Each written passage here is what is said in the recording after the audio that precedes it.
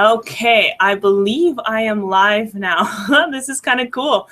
Anyway, first of all, hello, and thank you for joining me and taking the time to invest in your health. I believe that the information that I have to share with you today can change your life, but only if you put it into action. So having said that, though, that means you need to get rid of all your distractions. So if you have a cell phone, turn it off right now, put it away. If you have other tabs open on your computer, turn them off. Because, yeah, I believe that what I'm going to share is going to help you. Now, I also encourage you to take some notes. I'm giving away some stuff at the end, so make sure you stay all the way to the end. I'm going to give you a little bit of time to go grab a notebook. So if you have a notebook somewhere, a pen, go grab it. While you're doing that, I'm actually just going to welcome some people here because there's some of you that signed up and I know your names. I'm just going to give out first names. I'm not going to embarrass you by giving first and last name. But Evelyn, Sue, Karen, Maureen. In fact, there's about 3 Carols on the call today. Jeanette, Arlene, Meryl, there's the other Carol, Lauren, Leslie, Anita. There's a couple of my clients that are on. So I'm a health coach. So my health coaching clients should be watching as well. And there's going to be some of you that I received your email because you were interested in getting a free consultation with me, but never took advantage of that. So if you're one of those, I invited you to the call as well for this one. Yeah, so if you have your notes and you're ready to go, we're going to get started right away. Now, before I get started, when you're taking your notes, I don't want you to write everything down word for word because I'm going to go through some of this information really, really quickly. And so you're going to, I don't want you to be trying to write everything. I want you to actually write down things that either you didn't know before or you think they're might be wrong, because a lot of what I'm going to be teaching you today is very controversial. So you're going to hear a lot of information that is different than what I'm teaching. So I'm hoping I'm going to be challenging some of you today. All right, well, let's get started. You don't have to stare at my face. I have a PowerPoint presentation. So what I'm going to do here is I'm going to share my screen as soon as we're ready to go there. I think this is the one. Let's go to this one, share. Okay, so you should be seeing my screen right now. Let me move my mouse there so you can see it. There, okay. So I'm teaching the 5 proven strategies for achieving true health. And my name is Ruth Ann Penner, for those who don't know me. And I'm a health and lifestyle coach. So we're going to continue here. So you are in the right place if you've tried every diet and weight loss program only to have put the weight back on. Here's the thing, you're not alone in this. 91% of dieters regain their weight within 1 to 5 years. And we're going to go through why this happens. You're in the right place if you spent hours working out to see little to no results. And I know how this feels. I used to work out for 2 hours a day before starting work. And that did not include all the exercise classes I was teaching. So you're going to hear my story in just a moment. You are in the right place if you've spent most of your life putting your family or career first before your own health. I'm talking to parents. If you're not making your health a priority, your children are going to grow up mimicking your behavior. And we need to realize that we're raising a generation that experts estimate will not outlive their parents. The other thing is, one of my favorite quotes is from the Dalai Lama. And when asked, what surprised him about humanity, he answered man, because he sacrifices his health in order to make money. Then he sacrifices his money to recuperate his health. So if you've been in that situation, you are in the right place.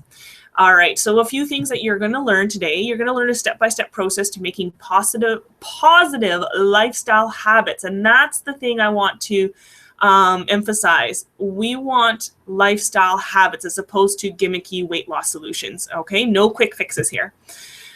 How to avoid the top mistakes when approaching diet and exercise. You'll also learn how and you will discover how to create an environment for healthy, effective, and long-term weight reduction. and how to harness the power of the mind for successful transformation, which is what not a lot of people understand. I'm just going to get that out. There we go. Okay. So we're going to talk a little bit about me, because some of you don't know who I am, or some of you do. You've met me before, but you don't really know much about me. So what are my qualifications? I have a kinesiology degree from the University of Manitoba. I have a certification, and it's called CSEP. It's the Canadian Society of Exercise Physiology, and that is known as the gold standard in exercise science and professional training. So there's a lot of people out there that call themselves personal trainers, but they've taken a weekend course and they know how to tell you how to exercise. But I have a bit more of an understanding of how the human body works. And some of you who've taken my classes probably have sensed that. I also am recognized by Exercise Medicine Canada. And what this is it closes the gap between the medical and fitness industry. It encourages the medical professionals in prescribing exercise to their patients. And they can make referrals to this to certified professionals that are recognized by Exercise Medicine. I've worked in cardiac rehab facilities, so I've worked with people that are at high risk for developing a lot of disabilities and things like that. So I have experience in that area. I also have experience training athletes. So I'm recognized by the National Sports Conditioning Association as a strength and conditioning specialist. And the last thing here is I have a certification through Nutri-Foria, which is a school of holistic nutrition. Now, the thing you're going to see here, I'm going to find my mouse here. If you could see my mouse, here it is. You're going to see this logo on all my slides. And what it is this, it's called iHomeFitness.com. I'm actually going to go off the beaten path here and actually find where are we here? We're going to go visit that website. iHomeFitness.com is actually what I own. This is my website. And what it is it's like a gym online. So you'll see these videos here, and you cannot access them unless you're one of my coaching clients or you're a subscriber to the website. So these are these classes, and we have hundreds of them. So let's go to classes here. And we have everything from yoga, and we have a ton of yoga classes. Okay, so we have a ton of those. Everything from prenatal yoga, resistance band exercise, stability ball, body weight, chair exercises. So if you're unable to get down on the floor, we have exercises for you in a chair. Now, what this is it allows someone to be in the comfort and convenience of their own home. And all these workout sessions are 20 minutes in increments. So it's not going to take you a ton of time to get through them. One of the biggest battles a lot of people have is, one, they don't like the inconvenience of going to a gym, and two, how long it takes them, right? So an hour-long workout could take up to 2 hours in your day if you consider like the travel time and all that stuff. So if you're one of those people, I'm going to give away something involving this at the end. So you got to stay at the end. I might give out, some free consultations. I'm going to be giving out some free trials and things like that. And so stay to the end. Okay. So we're going to go back to my presentation. All right. Okay. So that's about my profession. So now a little bit about me and my passion. Now, I'm a 2-time Ironman triathlete, and I'm hoping by the end of this year that will be 3-time Ironman triathlete, because I am training for my 3rd one. Okay, so there's a picture of me. That was me after I finished my 2nd Ironman in the UK, and I want you to note that this picture of me is actually when I'm at the heaviest point of my life, but also at the most fit I've ever been. So there's a paradigm shift there. So I'm going to talk about that, because through that, I found out my purpose. And my story is, I've worked in the fitness industry for over 18 years now. So the fitness industry have overemphasized physical appearance over true health and wellness. And a few months ago, I was speaking at a women's conference, and I brought the subject up to a colleague, and I was telling him that I was going to be talking about positive body image. And his response was, well, if you teach that, then what do they need you for?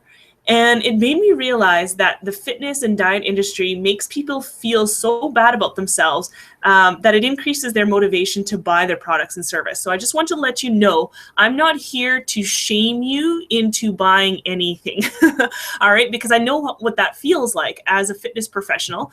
I fell into the trap of chronic dieting and over-exercising to fit the image of the fitness professional. And so, I'm 5'10" tall, and I went down to 123 pounds. Now, I might have looked and appeared great and healthy, but I was not healthy. And so true health also means maintaining a healthy state of mind, self-image, and body image. And I had a great conversation with someone last week. If you're in the call today, thank you for joining me. But yeah, I understand that the world is changing and we're trying to change, the thoughts on body image. But the thing is, until you know your worth and your value, you're not going to make the positive changes that you need to change. Okay, so I believe in making healthy choices and, losing weight and all that stuff. I believe in, how you feel is important. How you look is important. But at the same time, you want to value yourself no matter what size you are right now, okay? So I believe my purpose is to inspire and empower lifelong positive changes in those who desire extraordinary transformation in health and life. Okay, so we're going to dive right into the content today. So we're going to talk a lot about diet and nutrition. And like I said, there's a lot of information out there, and it's like, who do you believe? Who is right? And so go ahead and get those notes out. We're going to be going through a few diets now. There's probably more diets than there are people on the planet, but I'm only going to talk about 4. Otherwise, we'd be here all day and all the way to next week. So we're going to talk about the low-fat diet, the low-carbohydrate diet, the low-calorie diet, and the gluten-free diet, okay? I'm not saying that these diets are bad, nor am I saying that we should all be on them, okay? So just make sure, we're just going to analyze them here for a second. So if we're talking about nutrition, we can't talk about nutrition until I explain what macronutrients are. Macronutrients are any nutritional component that is needed in large amounts to provide energy. So that is your carbohydrates, your fat, and your protein. I'm going to grab my mouse here, if you can see my mouse. This is actually the recommendation right now. So if this represents 100% of your total caloric intake, this is the recommendation. So for carbohydrates, it should be 45 to 65%. Now, some of you right now are probably thinking, oh my gosh, I've heard carbohydrates are bad. Why on earth do we need so many? Okay, so definitely write that down. Okay. And then fat, here it is, 20 to 35% of your total caloric intake should be fat. And some of you are probably shaking your heads going, but doesn't fat make you fat? Shouldn't I be cutting that if I want to lose weight? Okay, so again, if that's something that you've believed, write that down. And I totally want to talk with you on a one-on-one or at the end when we have the opportunity for questions, okay? And here is the protein in the purple, and the protein is, the recommendation is 15 to 20%. And once again, in the media, protein has been the good guy. So everyone's like, eat your meat and all this stuff because we need more of it, blah, blah, blah. And the reality is we only need 15 to 20%. So if this at all is kind of, you're shaking your head going, this doesn't sound right, definitely write that down. I'm totally willing to discuss that with you for sure. Okay, here we go. So we're going to talk about the low-fat diet. So back in 1982, the U.S. Department of Agriculture, the American Heart Association, and the American Medical Association convinced North Americans to decrease their fat intake. Now, I understand that I'm not talking to the Americans right now. In fact, most of the people that I invited on the call today are local here in Winnipeg. So that doesn't mean we ignore this, because what had happened is this happened globally. So this happened all around, well, actually not necessarily globally, but definitely in North America. So what happened is fat was bad, and so we had to decrease our fat intake. And why? Why was that an issue? And that's because the rate of heart disease, obesity, diabetes, cancer was on the rise. So it was a very, and they contributed to the increase of our fat. So what happens then, because food manufacturers, they have to make their money, so then they start manufacturing their fat-free and low-fat products. And so, but what happens when you decrease the fat in your food? Fat is where a lot of flavor is. So when you decrease the fat, you also decrease the flavor. Therefore, people are not going to enjoy eating products that taste like cardboard. So food manufacturers had to add something to compensate for the lack of flavor. And we all know what that was, right? So what happened is we increased our carbohydrates in food to decrease our fat intake, okay? So again, when you're looking at the macronutrients, this is what happened in the early 1980s.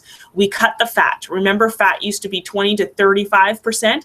Well, in the early 1980s, everyone was able to, on average, decrease their fat intake to about 20%. Which also meant that we had to increase another aspect. And a lot of animal-based protein is also high in fat, so we couldn't increase the protein without increasing the fat. So what happened is we ate more carbohydrates. And technically, what happens was the form of carbohydrates that we were eating is sugar. And so the recommendation of sugar intake is about 6 to 9 teaspoons a day. If we were to take down the food that we're eating and convert it into sugar, 6 to 9 teaspoons is what we're allotted. And to give you an idea, 1 teaspoon of sugar is about 16 calories, which means it's about 96 to 144 calories a day is what you're allotted in sugar, okay? For those calorie counters. Now, you need to know that 1 cup of Fruit Loop cereal and 1 glass of orange juice will amount to about 11 teaspoons of sugar.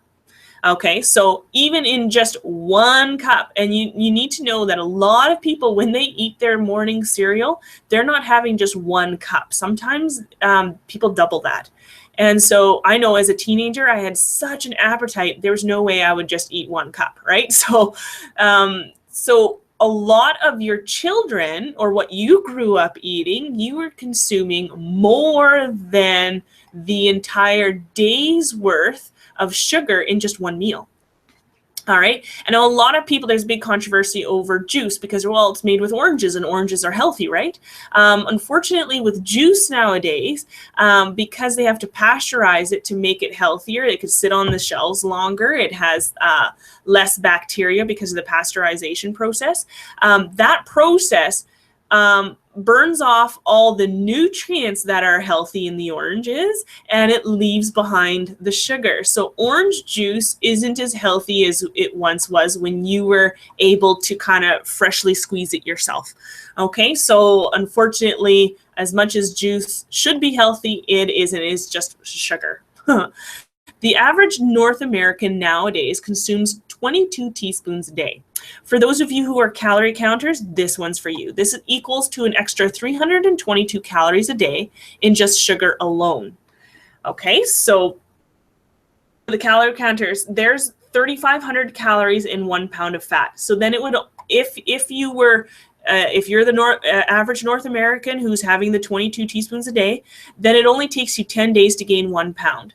And so you can obviously see after a year of consuming 22 teaspoons a day, how much that adds up to, okay?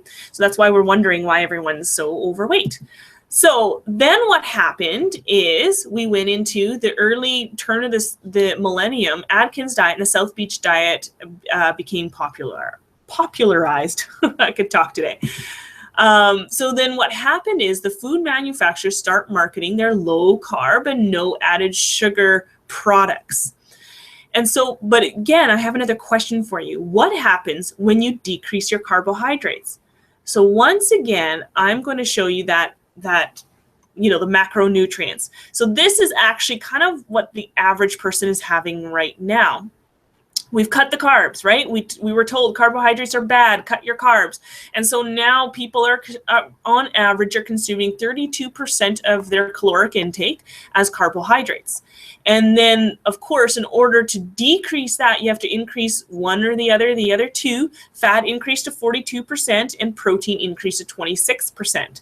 Okay, so this is what's been going on since the early turn of the millennium. But I have a question for you. Has this changed the health of North Americans? Heart disease, cancer, obesity, diabetes are all still on the rise. Well, so then what is it then? Maybe it has nothing to do with our macronutrients. Maybe it's all about, the next one is a low-calorie diet. And you've probably heard this, right? The term calories in versus calories out. It's like a mathematical problem. And this is actually what I learned in university. And all I needed to do as a personal trainer is to help my clients achieve a negative energy balance, which that means is I make sure that the calories going in, which is what we're consuming, versus is lower than the calories going out, which we burn through exercise. Okay. So then, you just think about, keeping track of your caloric intake, right? So, and I've heard people say this, I could eat whatever I want as long as I stay below whatever calories, right? And there's actually diets out there that have like a point system that's very similar to this. Let's count your points, make sure you stay within your points.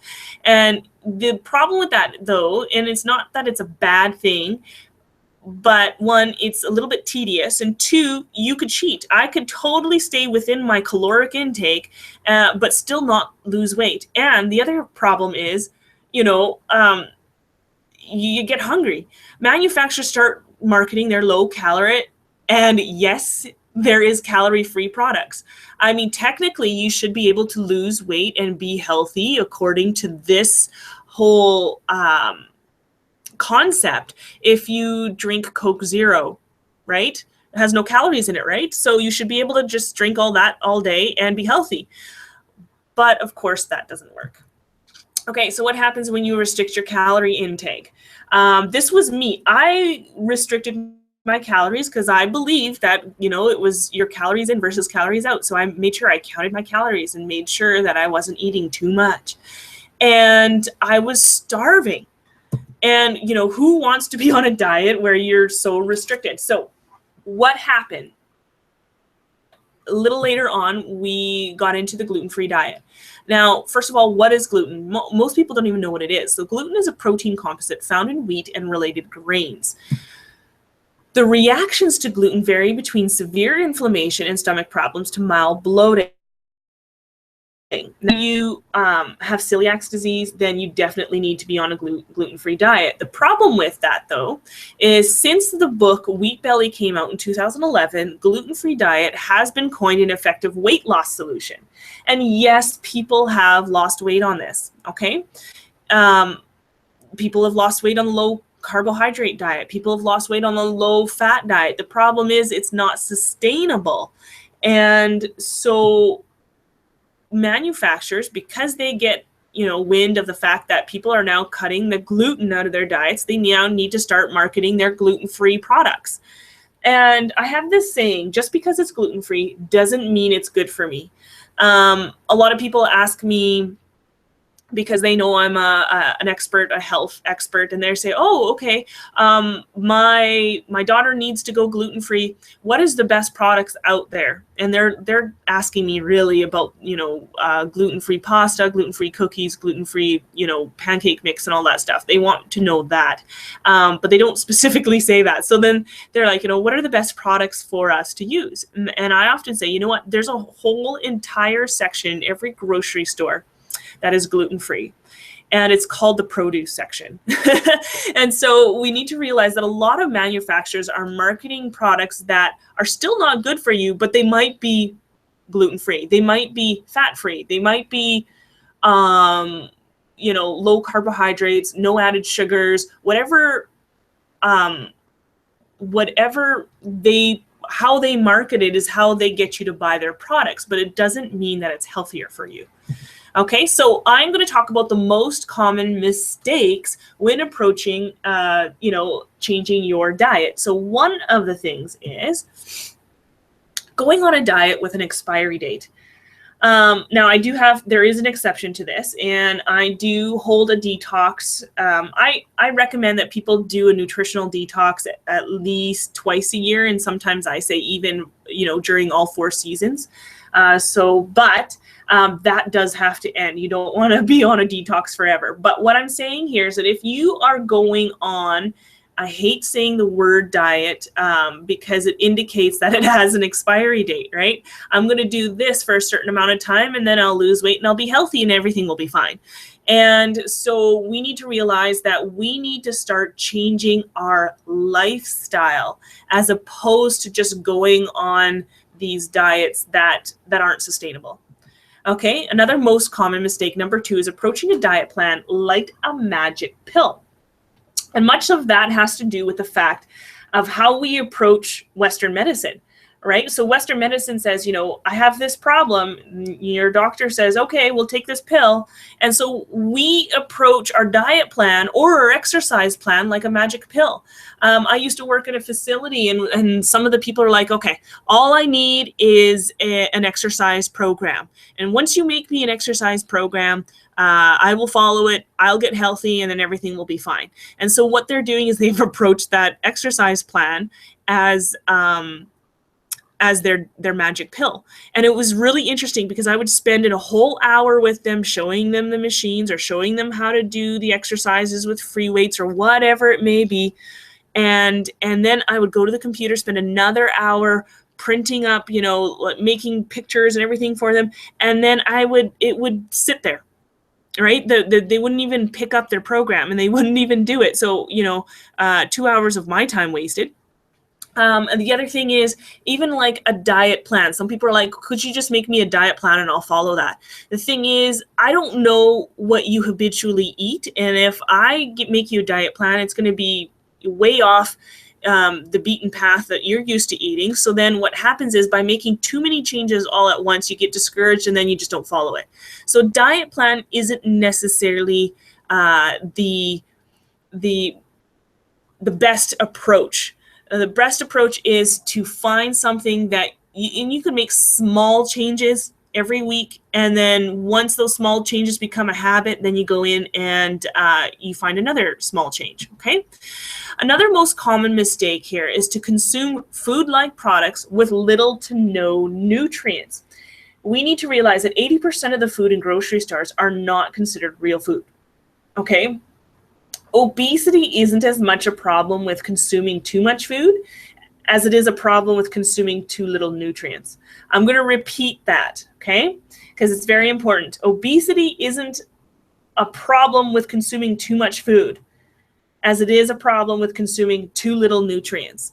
And that's the problem with all this stuff here, okay? So this pretty much is a picture of the grocery store down the road from my house, okay? These products have little to no nutrients. And so we eat these and become hungry immediately or shortly after. And there's a reason for that. And so why does this happen? Many diets are associated with being restricted. So people shift their focus off of what they can't have to what they can have. So for example, I talked about the gluten-free option, right? And so people are like, they're told, okay, you have celiac disease, stay off of gluten. And so the first thing they do is, what can I eat? And so they go to all the manufactured, boxed, and packaged food that says gluten-free. And so it's just a habit that we do because that's just human nature. What else does this happen? We find the products that are labeled accordingly so that we can read and determine whether or not we're sticking to the diet plan. So again, if you are on a low calorie diet, well, then you're going to stick to products that are labeled low calorie or that have a label where you could see the calories, the number of calories on there. The interesting thing is all the healthy food, right? The whole food that's found in the produce aisle, you can't tell how many calories there are in like an apple or a banana simply because they don't have it labeled on there, right? So That's the problem. So people are saying, oh, just cut your calories, cut the gluten, cut the carbs and all that stuff, and you'll be fine. So then we start going towards these manufactured foods. So we need to realize that many manufacturers, their prime goal is to provide products that increase their sales, not to provide nutrients. So we have this hormone, I call it the hunger hormone, in our body called ghrelin. And it's produced in the body when you're not getting enough nutrients. So when you feel hungry, it's your body telling you that you're not getting enough. And so when we go on these restrictive diets and we feel hungry, our body is just producing more of that ghrelin, just producing more and just saying, hey, you're not getting enough food. And that's why low-calorie diets don't always work. Because you're restricting the amount of nutrients going in your body, and your body's just going to keep producing this ghrelin. Okay, you're hungry, you need to eat, you're not getting enough nutrients, blah, blah, blah. Some people, they do things like they start taking, diet pills to curb their hunger. And that would be the worst thing to do, because your hunger is there for a reason. It's telling you you need to eat. The other thing is, there's the weight loss surgery where they take out parts of your stomach. And what that does is it keeps you from eating too much food. And the problem with that is you could be eating this manufactured products that have no nutrients, and now you're also restricted how much food that you could take in, and your body is going to eventually shut down and not be able to perform the way it needs to, because it's not getting the nutrients. We need to realize that we need nutrient-dense foods and not necessarily less food. And one of the examples is once you start getting the nutrients in your body, that's when the hunger starts to go away. All of a sudden, you're satisfied with less food because you have more nutrient dense food. Okay, so keep that in mind. And we're going to go through the last most common mistake, and this one we're going to talk about for the rest of the hour here. Not understanding how the subconscious mind works in developing lifelong positive changes. Okay, so I believe this is what's missing in every exercise and weight loss program, is talking about positive psychology and neuroscience, which is the missing link in most diet, weight loss, and exercise programs.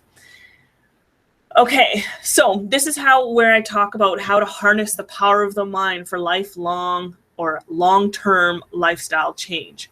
Okay, and answers this question, because a lot of people ask me this question. Okay, what is wrong with me? What keeps us from making the positive changes in our lives, even if we want to? And here's another question. What keeps us from making the positive changes to our lives, even if we know what to do? Most of the people, when I sit down and chat with them, and they're like, Ruth, I know what to do. I'm just not doing them, right? So what's wrong with us? Why does this happen? And so we have these 4 motivational drivers in the brain. Some of us don't even know they exist, and we're going to go through them right now. So the names of them are not important, but understanding how they work is. So the internal driver, the external driver, the anatomical driver, and the significance driver. So we're just going to go through those one by one. So the internal driver. So the internal driver is talks about our primal instinct being for safety. This is how, in the animal kingdom, they survive, because they have that need to feel safe. Okay, so we find safety in what feels normal, also known as your comfort zone. So some people don't like stepping out and doing something new because they don't like stepping out of their comfort zone. This actually exists in the subconscious mind, and it's your internal driver that's in charge of this. So our past and present memories are familiar, therefore they're safe. And our future is unknown and uncertain, therefore potentially unsafe.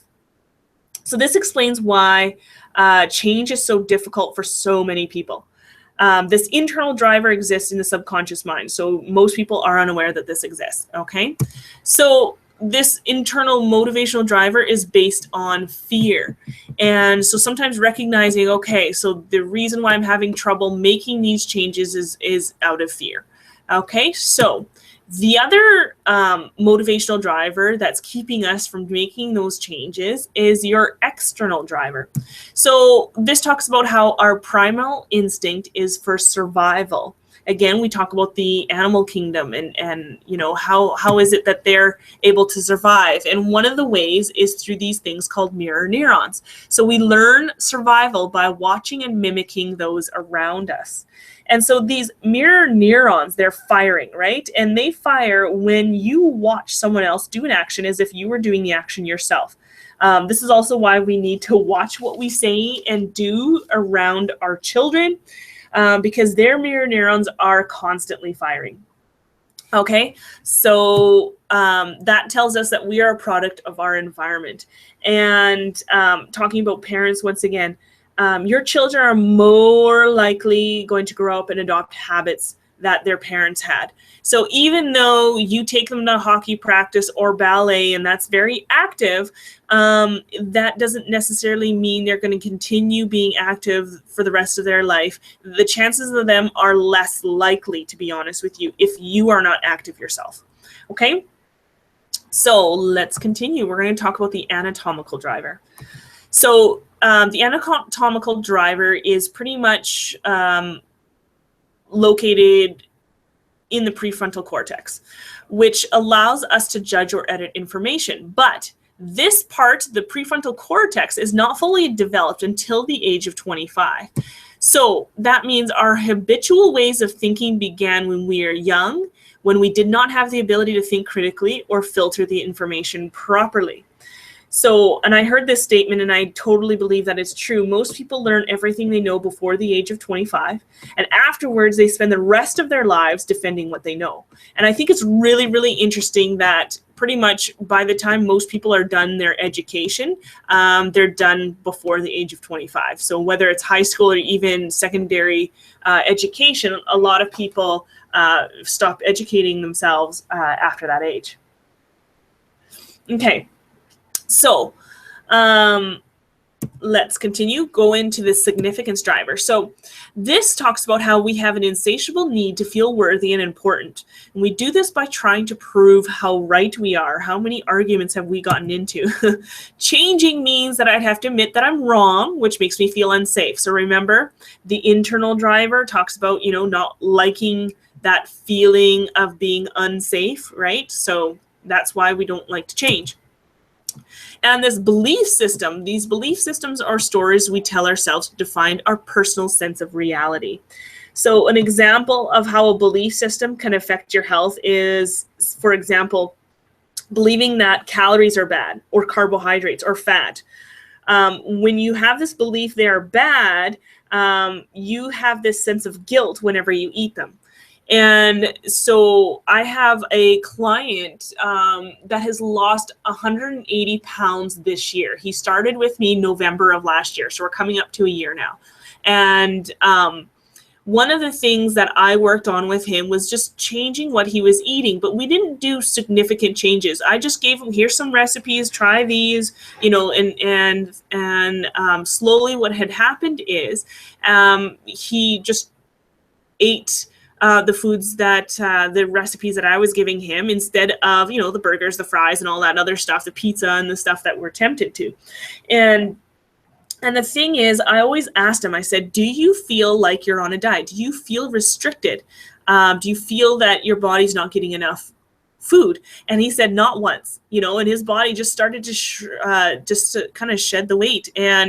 And it was really neat. And the interesting thing is about this past summer, I think it was 2 months ago, he invited me over to his place and he made me nachos. Now, nachos is not a type of meal that I would recommend to have very often. But the thing is, when you're eating healthy, pretty much 80% of the time, then you shouldn't feel guilty about the 20% of the time when you're eating something that isn't as healthy, right? So sorry. I talked to a few people this past weekend. We just had Thanksgiving. And so a lot of my clients are very concerned. They're like, oh no, Thanksgiving, you know, we overeat in Thanksgiving and we feel bad and guilty. And, you know, it's like we have to start all over again. So I told him, I gave him a couple recipes. Here's some great Thanksgiving recipes that you could use that are healthier, that have more nutrients. And hopefully what will happen is you will feel satisfied sooner and not feel the need to overeat. And if you eat them, then what's wrong with a slice of pumpkin pie?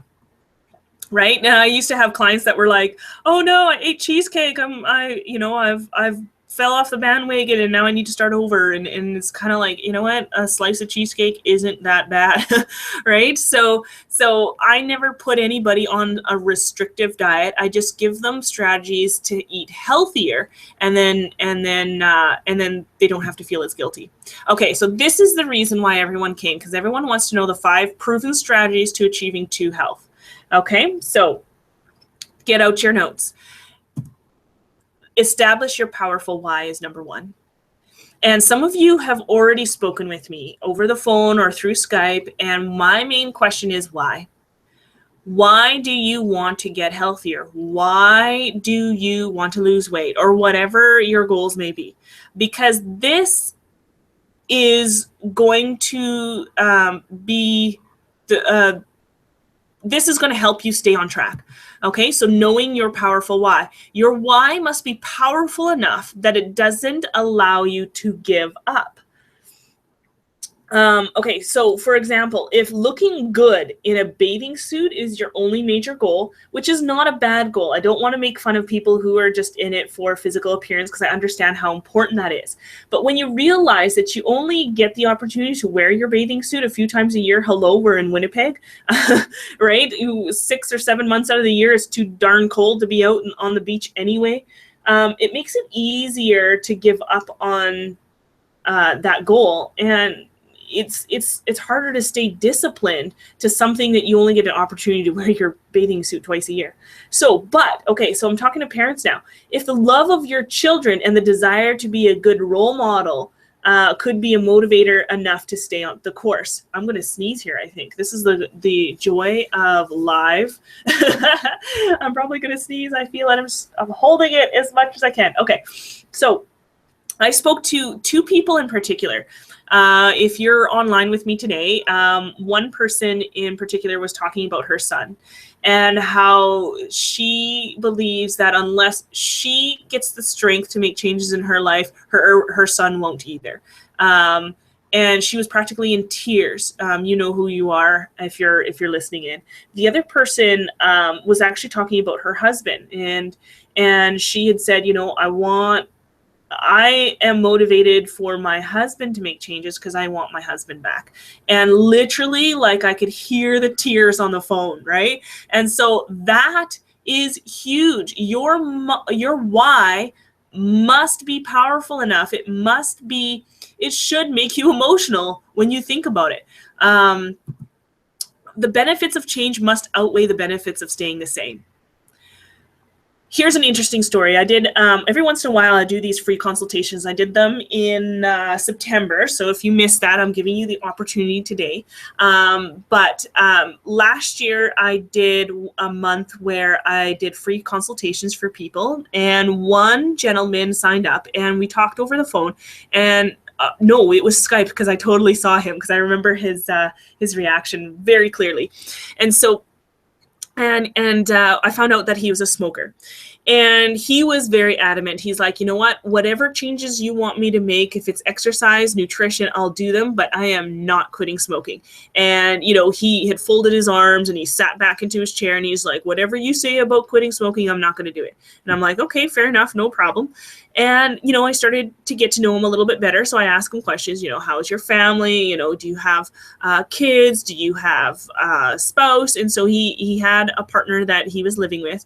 Don't know if they were married or not. That doesn't matter. But he obviously cared about her a lot, because what had happened was, as I had asked, how is the health of your partner? And he was all like, well, she's in and out of the hospital. She has breathing problems. And, he's telling me about the health problems. And I said, oh, is she a smoker as well? And interestingly enough, she was not a smoker. And right then and there, without me saying anything, I didn't give him, 10 reasons why he should quit smoking. Without me saying anything, he had just realized that a lot of his habits had was causing, her some health problems. And so it was really interesting because even though 5 minutes prior, he was like, I am not quitting smoking. Nothing you say is going to, change my mind. And I dropped the subject. He was now then willing, okay, no, yeah, now I will consider, smoking less, maybe getting off or whatever, because he cared more about his partner's health than his own at that point, his own comfort with cigarette smoking. So you've got to find what benefit, the benefit of changing outweighing the benefit of staying the same. Okay. All right. The next one here, create a new experiences that become your new normal by repeating them over and over. So repeat them so much that it pains you not to do them. I'm going to use Margaret. I'm sure she doesn't mind me using her. Margaret's one of my coaching clients that I'm working with right now. And the neat thing about Margaret is when I first worked with her, I started with her in February of this year. And she was telling me about her diet. I used to eat, fast foods. If it was nearby the house or on the way home, I would stop in and that's what I would eat. And so she was into the McDonald's, the Pizza Huts and all that stuff. So that's what her diet consisted of. And what happened, what I've been doing, instead of telling her not to go there, I was saying, okay, so let's replace that with, and then I would give her, recipes, and I would give her, I'd even tell her, okay, this is when you go shopping, because sometimes we need to kind of make time for that, right? And we would make these whole fantastic foods, and some of them were great for her, some of them didn't work for her, and that's totally fine. It's all part of the journey. And then before you knew it, she said, you know what, the other day I went to McDonald's because I was, short on time and I was really hungry. So I decided, okay, I haven't been there for a while, so I'm going to have some. And the experience was not as satisfying as it used to be. She says, I ate that stuff and I felt gross, not just guilty gross, but just physically wrong. And it was like that never happened back in February when it was a habit. She got into the habit of eating whole healthy foods to the point where, well, now fast food it's not satisfying anymore. Okay, so create these new experiences that become your new normal by repeating them over and over again. Okay, so the second proven strategy to achieve your true health is understand who is responsible to get you there. Okay, so the victim places blame on circumstances for their current situation. Total empowerment takes full responsibility. I'm picking on parents a lot today, and I apologize because I'm sure I have more examples, but parents tend to blame their kids for not being able to exercise and eat right. And one of my paradigm shifts was when I started into the triathlon community. And these are, parents who had young children, and they still made the time to obviously train for the sport and eat healthy, because you can't expect yourself to perform well if you're not eating healthy. So we need to take responsibility, and we can't set the blame on someone else. It can't be your spouse. It can't be your family members, your friends. No one is going to help you make these changes. Only you can. Okay? You need to understand that. So we need to bypass that editor, that conscious critical mind that takes you out of the game of change. And so the anatomical driver, the one that always needs to be right, remember that? Okay, so sometimes it's about stopping defending what you know to be true and accept a new truth. So these are these aha moments. I call them paradigm shifts. Sometimes it's like, whoa, mind blown, right? And my mind was blown seeing these triathlon parents, because I grew up thinking that once you become a parent, you support your kids in their sporting activities. And so, my mom, amazing mother, came to all my basketball games when I was growing up. And so in my mind, that's what moms did, right? You support your kids in their endeavors. And this was really interesting. I would go to these local triathlons, and I would see parents bring their kids, and the kids would cheer on the parents. How cool is that? Okay, so when your kids, not to say that you all have to, stop what you're doing and go into triathlon. If you do want to, I could help you with that, by the way. But for those who aren't into the sport, I thought it was just really neat how how more likely are those kids going to grow up being active when they see their parents being active, right? Oh, it's just the coolest thing ever. Anyway, that was my mind-blowing paradigm shift that I had. Okay, and then here's one that's very important. You like listen to what I have to say. Believe that you are worthy for better health. Okay, because a lot of people have a hard time with this because we are so conditioned to say that if you are thin, then you are worthy. If you are fat, which I don't believe in calling people fat because fat is an inanimate object. It's not a person. But if you are overweight or obese, that you are less worthy. And that is such a lie that we need to realize, because the only way that you're going to get to that better health is to realize that you are worth it. And so this is why I teach that positive body image. I'm not, my body composition shifts so much throughout the training season. Right now I'm on off-season training, so I feel out of shape right now. But come June, July, August, I'm at the best shape of the season because I'm peaking for my races at that point. So my worth has nothing to do with that number on the scale. And that was something I've had to learn, and I'm still learning. I still struggle with that. I hate that damn scale, right? So nobody's perfect. Okay, number 3, create an environment where success could happen. Okay, your new environment should reflect the results you are trying to create so that you begin to mirror what you want. Okay, so this is, I would like to talk to people about your friendships. Because you're part of your environment, and your friends are part of your environment. And if they are, what they say, what they think, are not lined up with what you want, then you might need to think about hanging out with them less. Okay, so that's hard to hear, but honestly, sometimes we sabotage ourselves because we don't put ourselves in that environment that we want to mirror. Okay, so yeah, that's what I just said. Make sure whomever you hang out with and whatever you hang out at, wherever you hang out at, are in line with your goals. Okay, create a new path of resistance. I'm going to use myself for this example because I wasn't always a triathlete. In fact, waking up early in the morning was not something that was always easy for me. And when you're a triathlete, I mean, you've got to get in 3 different sports, right? It's swimming, biking, and running. And so what I used to do is I would have to get up at, 5 a.m. I still get up at 5:10 a.m.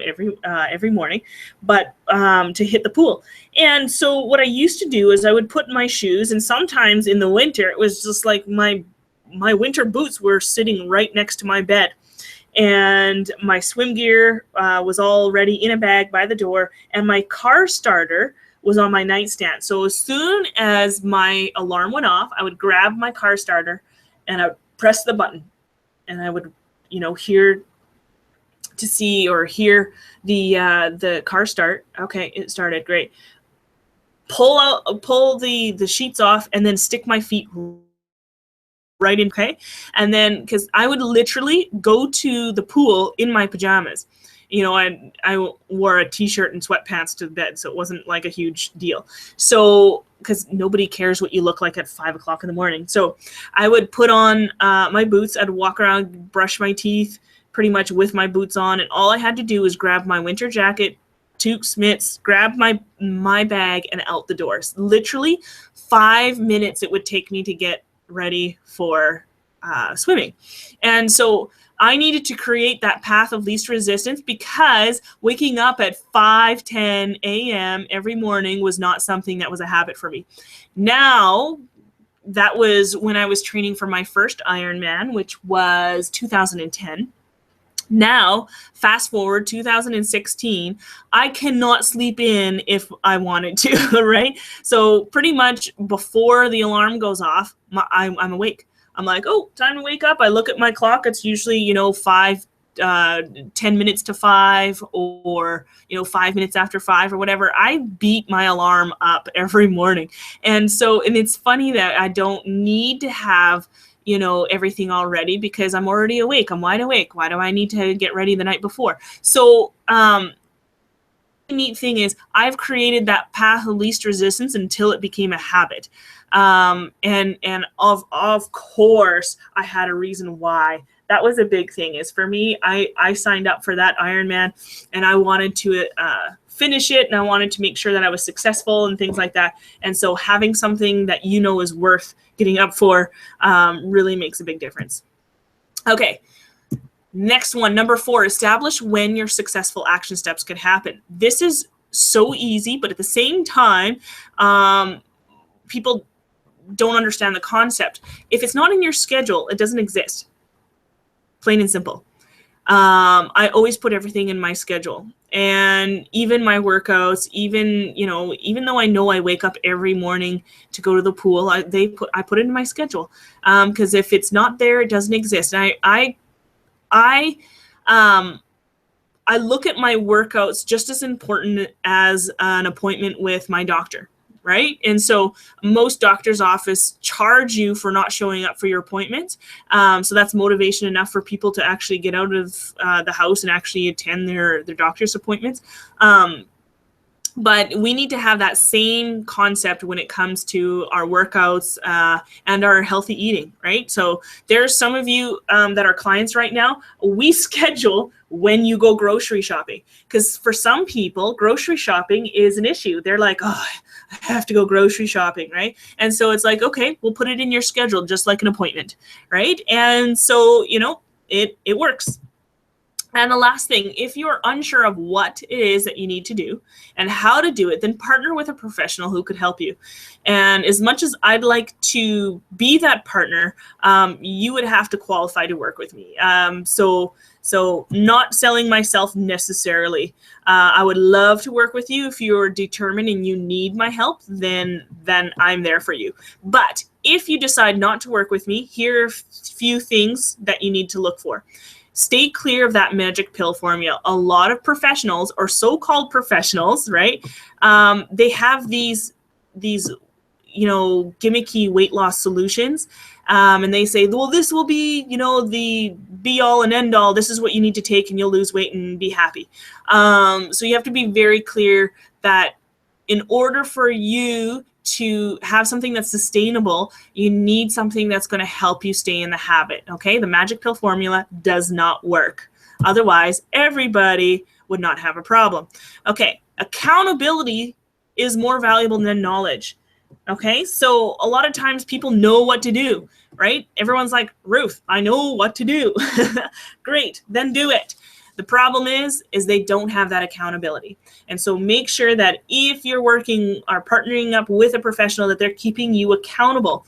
And the neat thing about my coaching program is I don't just see my clients on Skype every week for an hour. I keep them accountable to their action steps every week.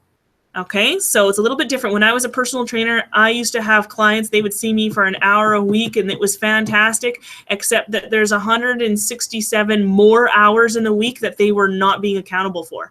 And nobody would see results, or they'd see very little results, and they'd get frustrated, right? So accountability. Okay, so I am going to give you this is time for me to answer some questions, but there's a bit of a delay between the time you type them up and when I see them on my screen. So I'm going to give you an opportunity to put into practice these strategies. So I'm going to talk a little bit about, I have this thing, it's a 30-day challenge, and I'll explain to you what it is in just a moment. I'm just going to move into manage questions. So in case you're asking some questions, then it comes up into my screen. Okay, so I don't see any questions yet, so I'm going to move on here. Where is my mouse? There it is. Okay, so the 30-day fitness and nutrition challenge. Okay, So with this challenge, what you would receive is weekly online resistance training videos. And there's not just me who teaches them. There's a couple of other coaches that work for iHome Fitness. I'm one of them. And so we've all made a series of exercise videos. And these exercise videos in total are worth, if we were to make them into DVD sets, the set would be worth $260, okay? But don't worry, you're not going to be paying that. We also will give you an online recipe guide. This consists of over 30 healthy recipes. So I talked about how one of the ways that I help my clients get fitter and get healthy is to help them with recipes. Because some people are like, I know I need to eat healthy, I just don't know what to make. And so here are some options here. And so we have, healthy salads. And I should go back to that. Those salads are chock full of nutrients. It's not just lettuce, tomatoes, and cucumbers, right? So these are delicious. They're wonderful. And I always say, if you want seconds, thirds, fourths when it comes to these salads, go ahead, right? They're full of nutrients. One of the healthiest ways to get your nutrients is through smoothies. We have smoothie recipes. We have soup, stews, slow cooker recipes, delicious and made with whole foods. We have recipes for, mine went blank there. Snacks, right? Because people, we have busy lives and we need to have nutrients throughout the day. And sometimes we need our nutrients through little snacks. And so that's there. And so we have, I'm going to sneeze again. No. Okay. Believe it or not, this recipe guide consists of dessert recipes. We were told that desserts are bad, don't eat them, but we have ways that you can make them healthier. And, believe it or not, you won't even know. These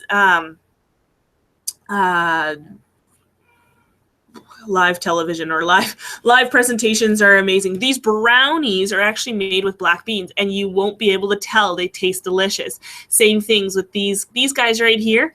Are made with chickpeas. So wonderful recipes that you can make, and you don't have to say no to your desserts. Okay, now I went to a publisher and I said, if I were to print out my recipe guide, how much would I be able to sell it for? And they say $87 approximately, anywhere between $80 and $90. And I was like, sweet. So I know the value of that. Then what's going to happen is you get emailed every day, 30 days of inspiration, direction, and accountability worksheets. And so this is a module. So you'll get 30 modules, and the modules will consist of, okay, this is your action steps for fitness. This is your action steps for nutrition. And sometimes the nutrition aspect of it, we're going to talk about, educating you more about healthy nutrition. So you get, oops, I went backwards. You get 30 of these, one every day for the challenge. Okay. And then again, I looked into, if we were to make this a course and I was just going to sell the module are worth $470. Okay. So again, you won't have to pay that. This also comes with a one-on-one coaching session with me. If you don't like me, I could definitely set you up with one of our other coaches, but you're going to have this coaching session to help you be successful during the 30 days. That's a $150 value. And you also get access to our private Facebook community and our coaching support. So all our coaches are online, and we have other professionals, and we have other people who have taken the course or who is currently doing my coaching program. Okay, so there's a community of people who are taking this step to greater health, and you need that support. So, okay. Now, I totaled the value to $967, but I don't charge that.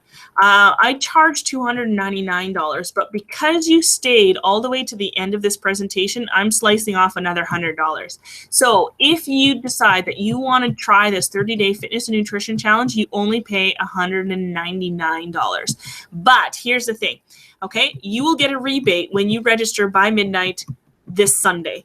Okay, because I don't want to give this discount to everybody. So I just want to give the discount to people who were here on this webinar. Okay, and so for those of you who are listening to the replay on this, I'm going to be emailing everybody to make sure they watch the replay by midnight Sunday, because the replay will come down because we have to make room for other programs. So the replay will be available till Sunday evening, and same with this promotion. So I will only be giving that rebate out until Sunday night. Okay. All right. Questions. I'm going to look at my screen here. Oh yes, the last thing I'm giving away now for the month of September, what I did is I opened up my time slots, some time slots every week to sit down and strategize with people on a one-on-one basis. I usually do them through phone or Skype. Skype is preferred because then I could show you, I could share screens, I could, do things like that. But I'm opening up this free one-on-one lifestyle transformation consultation with me for those of you who are on the call and watching this webinar.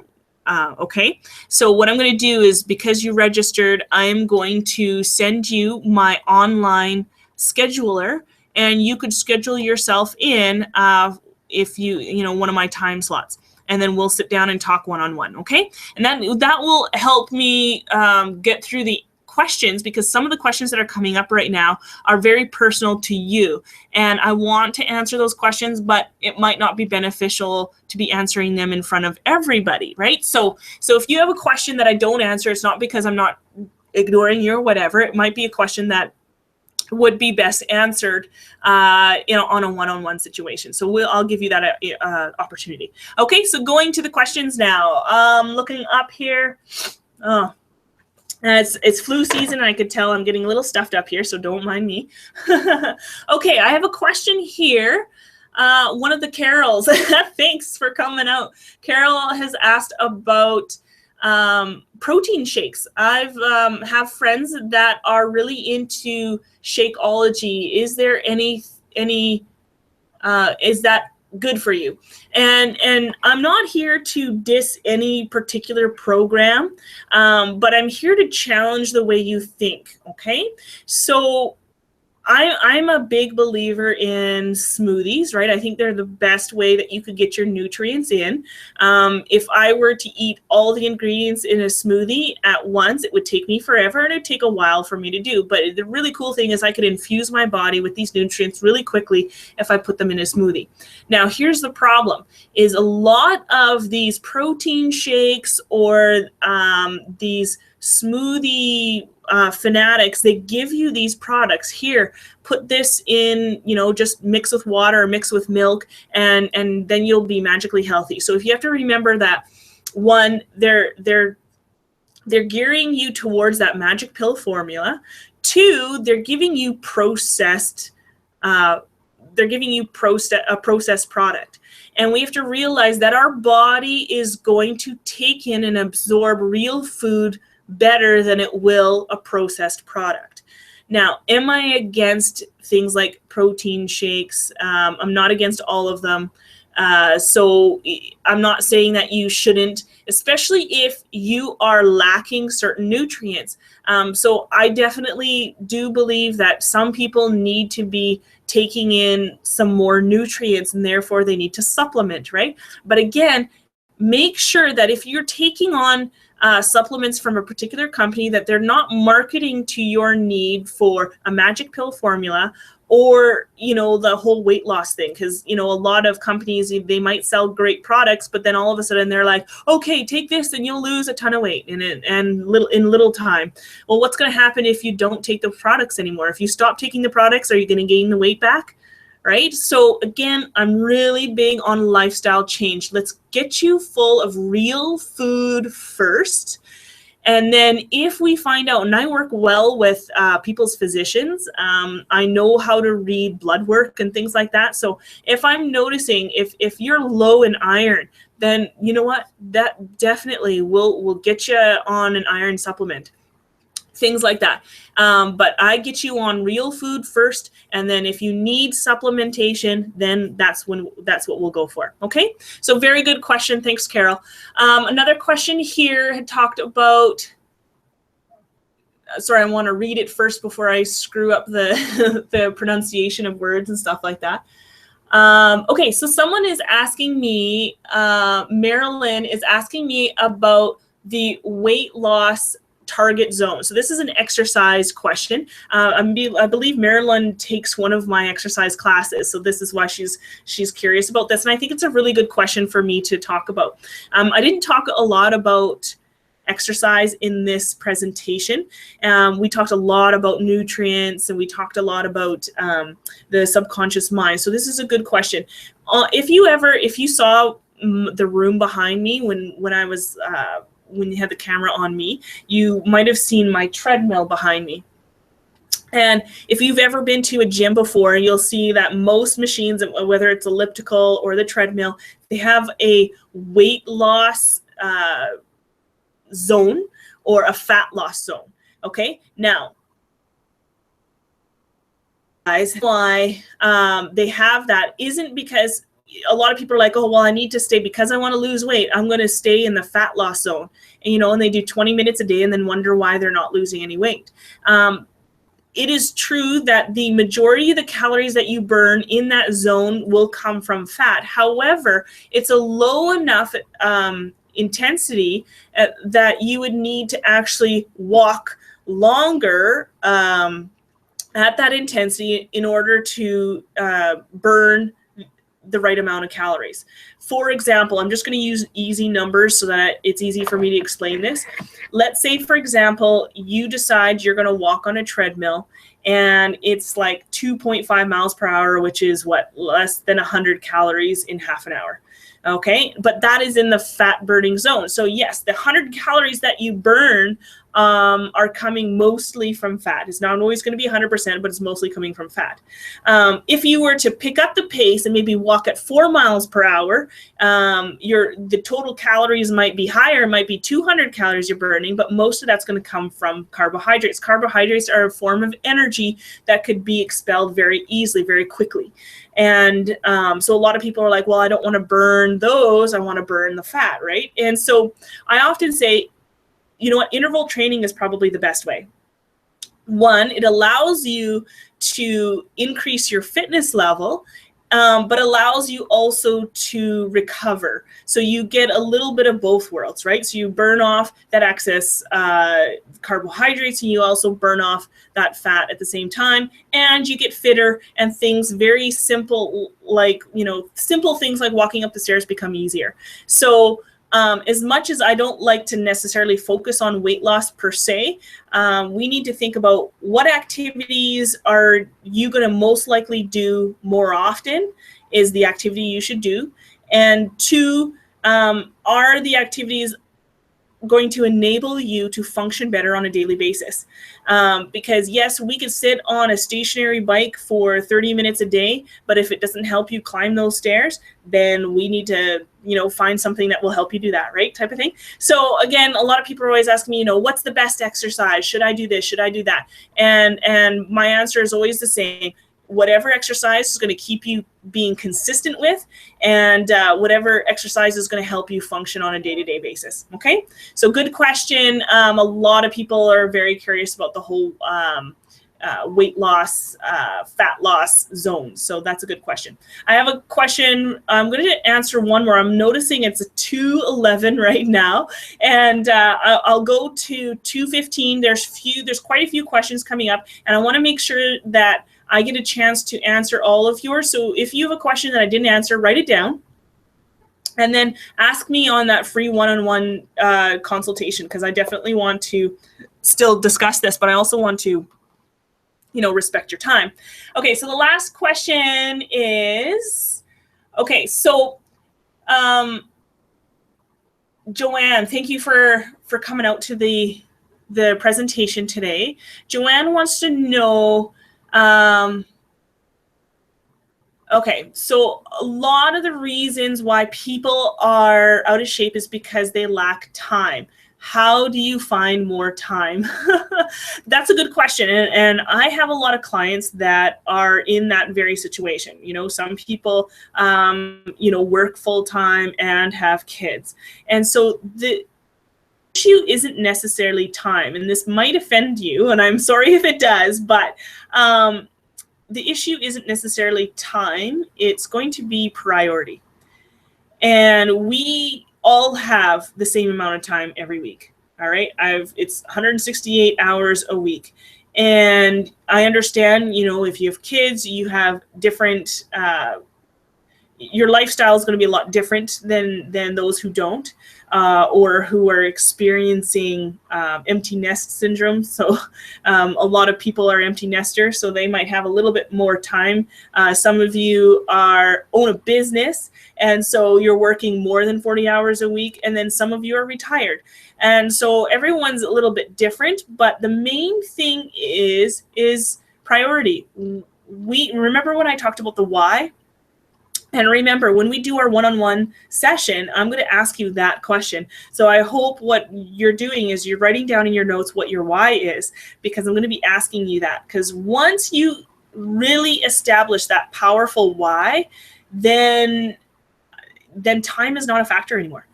And you're going to find ways and strategies, and that's why I help you, strategies on how you could make time for eating healthier meals, for making those recipes, for, and I have a ton of strategies, and some strategies work for some people and sometimes they don't for others. So that's why the whole, when we need to customize certain plans for people, it's very hard to just say, oh, okay, one program works for everybody. It doesn't. And so that's why the coaching is great. And I understand not everyone could afford the coaching. That's why I have the 30-day challenge. And then I give out these free one-on-one consultations all the time, just to kind of help people strategize ways that they could become healthier and make it part of their lifestyle. All right. Thanks, Joanne, for the question. There's a few other questions that I didn't answer, and I totally apologize because it is now 2:45, and I told everybody it was going to be an hour, and it's already an hour 15 minutes. So thank you so much for attending. And what I want to do is to make sure that I get a chance to talk to each and every single one of you at some point today. So make sure that, let's see here. I'm going to stop the broadcast pretty soon. Oh, here I am. Okay, so where am I here? I need to move. And so anyway, take advantage of that free consultation. I'll be emailing everybody the replay to this if you want to go back and review your notes. And the second thing is make sure that you're buying that fitness challenge. I'll guide you through it. I'll help you through it. It's a good way to kind of start things off. 30 days is not long enough for you to get into shape, but it might help you, start some new habits, which is good. And then take advantage of that free consultation. I'm opening up my schedule once again, starting next week, and I'll send out that schedule to everybody. Okay. Have a great week, everyone. And I hope to see each and every one of you online at some point this week. Okay. Have a great day. Bye-bye.